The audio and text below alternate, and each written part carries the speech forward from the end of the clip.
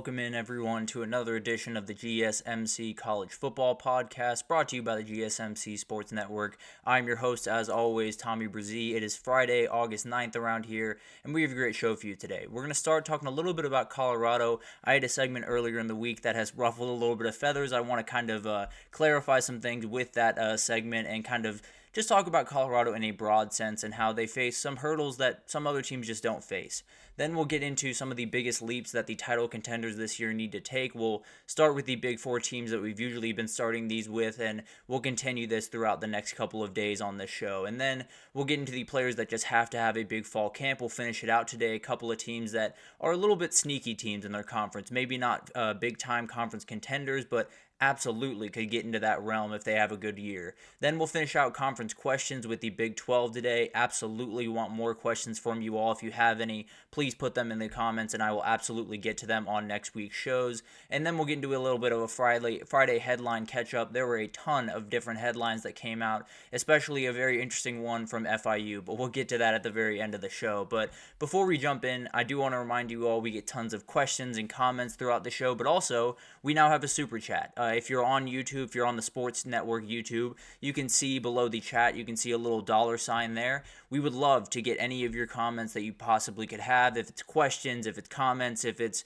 telling me I'm a dummy. I'm all for any of that type of stuff. So you can use the super chat, super thanks, super stickers, use all of that type of stuff to get your word in, and I will absolutely put you on the screen, or it will automatically put you on the screen, and we'll be able to kind of have a fun conversation here. So if you'd love to use that, that would be a huge help to us, obviously, but also to you all. We get to kind of have a fun, interactive experience here, and that's always what I've wanted to set up. Now, if tip and donation is not the way, if super chat is not the way you want to go about it, we still do have the tip and donation link, gsmcpodcast.net, so no worries there. If you'd rather do that, please just jump on over to there, but makes it a little bit easier for you all to get your name out there, get it on the screen using that super chat feature. So more than welcome to use that if you would like, but let's jump on in here and let's talk about Colorado, because there's a ton of things happening around Colorado, as there often are. There is tons of headlines that come out of Colorado pretty much every single week, and it's one of those programs where you have to be a little bit wary, right? You have to make sure that what you're reading is exactly what happened, because there are a lot of people that have plenty of opinions about Deion. And there's a number of things that kind of play into this, but I want to do this segment for a couple of different reasons. One, the conversation around Colorado as we head into the season has gotten just a little bit ridiculous overall, and it's just gotten a little bit out of hand in terms of the way that we view this team without, with keeping the Deion in your mind. The way people view this team is very different than, I think, just the football side of it or the program side of it, and I'll get into that in here in a second. But the second reason is probably the bigger reason. I did a segment earlier this week talking about the article that came out from Athlon, talking about a couple of different athletes from Colorado that had left the program and had some very interesting quotes. Some quotes that were not too glowing about this Colorado program, saying Cormani McClain was bullied throughout his time by Shiloh Sanders, saying that Jordan Seaton had to prove his manhood by fighting another offensive lineman in the locker room. Tons of stuff that is pretty grandiose and pretty crazy. And I understand that I did this segment a couple of days ago, I believe on Monday, if I'm not mistaken, Tuesday, I believe, if I'm not mistaken, and I've gotten some comments that have led me to believe I didn't do quite a good enough of a job just kind of letting everyone know that this is not necessarily totally true. I tried my best to say if when I was addressing all of the claims that happened on here, but at the end of the day, I obviously didn't do quite a good enough of a job. So first of all, apologies if I, put anything out there saying this absolutely happened or Colorado has a terrible culture or anything like that. Was more just trying to comment on a very, very interesting article that I thought we should talk about on here, but tried my best to make sure that everyone understood this is all just talk, this is all just conjecture and rumors right now.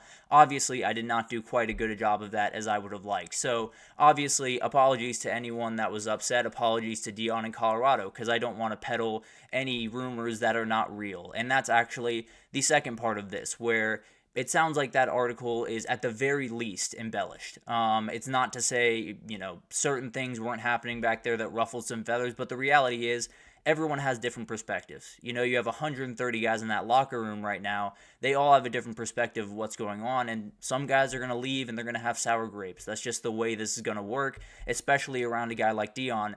That's the way this is going to work. I don't necessarily anticipate this stopping at any point, but I kind of just wanted to talk about it because it's definitely something that, I wanted to do the piece on Thursday just to kind of talk about this article and talk about all the findings, but I absolutely did not want to bury Colorado as a program or act like they're doing everything wrong over there, because frankly, I don't feel that way at all. So I'll get into this a little bit, and I want to just kind of paint Colorado and Deion in particular as what he is. Not necessarily with all of the different headlines going around, not necessarily with all of the all of the opinions, more of just kind of what has happened in his college football career. So he came into college football in 2020. Since then, he has been 31-14 as a head coach. He elevated someone like Jackson State to a level that, frankly, I don't know if they were ever thought they were going to be at. Got hired at Colorado, and ever since then, from where I'm standing, they've been improving. They've been getting better on the field, and frankly,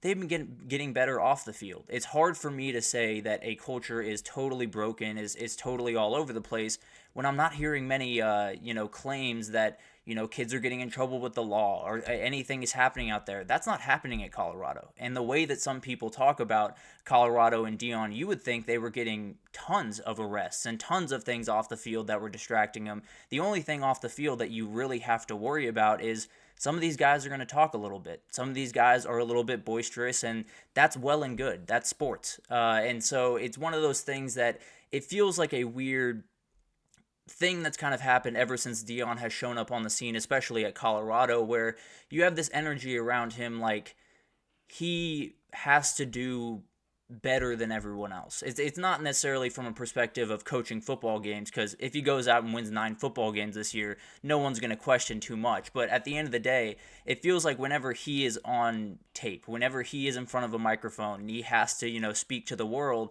he has to dance around a little bit more than everyone else. And frankly, he doesn't dance around too much. That's part of the reason that he's so fun to watch and it's such a big story of the sport. But overall, it feels like his words are dissected maybe more than pretty much anyone else in this industry. So it's kind of one of those weird conversations where there are things about Deion's program at Colorado that I don't necessarily love. I've talked about it on here. I don't necessarily think the way that they're going about roster construction is really the way to build a big-time, long-term program. That's my personal belief. Obviously, that could change over the next couple of years as he kind of develops a little bit more out there. But overall, I think when you look at this program, when you look at the bare bones of this program, I am seeing yearly improvement from a talent perspective, from a coaching perspective, and from a culture perspective in so many different ways.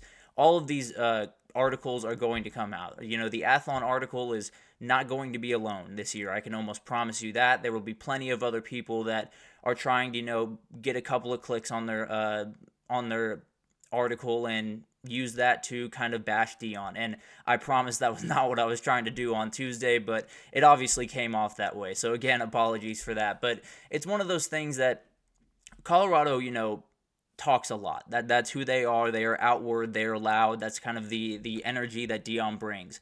And I don't think that's necessarily a bad thing by any means. It does bring some expectations. There's no two ways about that. It does bring some things that are a little bit tougher to deal with, are a little bit tougher to kind of navigate as you get through this. So if you're a college football program and you're doing everything right, you're hitting all the right buttons, you're getting more talented guys in that room, which Colorado desperately needed. I think that's one of the big things that is kind of left out of the conversation of how much the turnover happened and how many guys were, just told they had to leave, and all of the different things that happened behind the scenes that weren't necessarily the greatest way for things to go about. They had to happen. Yes, kids got their feelings hurt. Yes, he was a little bit more harsh than some other coaches around the country, but they were a 1-11 team. They were a 1-11 team that had very little talent on that roster. You had to rebuild. You had to rebuild. You had to reload. You had to essentially tear it down to the studs and rebuild from scratch. And that's what Deion has done. And he's done it really, really well to this point. Now, there has been a little bit of talk about them going to the playoff or going to the Big 12 title and all that type of stuff. And that is one of those things that, is up in the air. You can talk me into that possibly happening. I'm a little bit further away from that. I do have them going 6-6 this season. I think 6-6 is a win. Call me crazy. I think 6-6 is exactly where they need to be this upcoming year, or better, obviously. But if they can get to that point, they're still moving forward. From year one, or from the year before when he came there to year one, they were 3 wins more. That is a big marketable improvement in pretty much any program across the country. If they bounce up into making a bowl game and possibly winning that, going 7-6 or 8-5, whatever that looks like, you have to feel incredible about this program, regardless of if they didn't make the playoff or if Shadur Sanders isn't drafted number 5 overall or number 1 overall in the draft.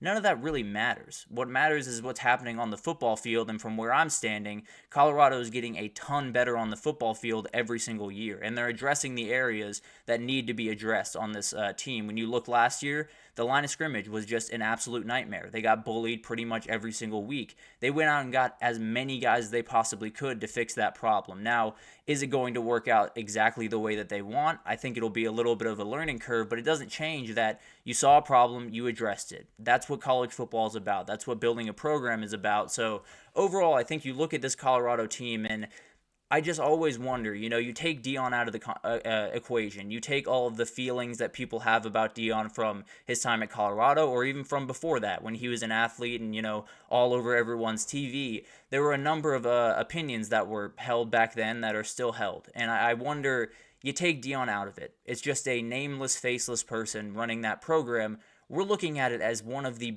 biggest success stories over the last couple of years out of anyone in the country. Yes, it's a little unorthodox. Yes, it's a little bit different than the way that people have normally been going about business.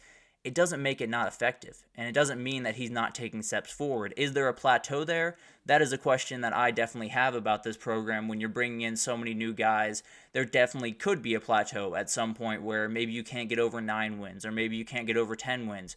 But the reality is they're getting better. And that's the goal always. They're getting better on the field, and frankly, they seem to be getting better off the field. Everyone in that locker room seems to be talking incredibly glowingly about this, especially after that article came out that was trying to tear it down a little bit. They've been outwardly, very, very outward spoken about how good this area is, how good this program is, and how good the coaches are to them. So I fully understand that people are going to have opinions about Colorado. I fully understand that Deion creates a lot of energy around that program, and with that come expectations and comes a lot of people commenting on what you're doing.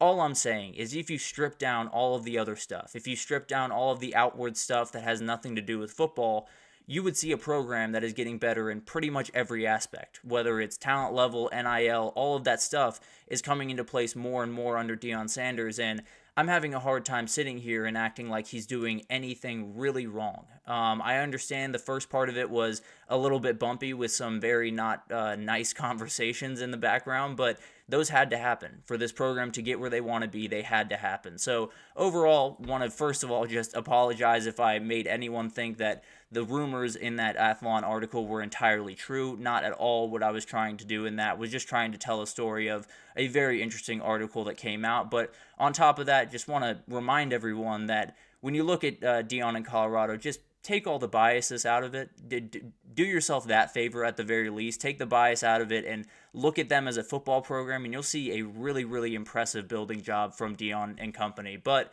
we'll see what happens there. Obviously, the hurdles will continue to be thrown at them with a lot of these articles that come out and everything in between. But we'll keep you updated with everything you got to know around there. As far as I'm concerned, this is a program moving in the right direction and has no intention on stopping right now. So it'll be a really interesting thing to watch. But let's take our first break here. And when we come back, we're going to talk about the 4 big-time college football championship contenders. When you talk about Texas, Georgia, Ohio State, and Oregon, they tend to be setting the pace in the college football world. I want to get into where they need to improve the most from 2023. Where was the area in 2023 that didn't come together the way they want it to? And if it does in 2024, they're right there where they need to be for a national title. So we'll break that down right after this, so stick with us.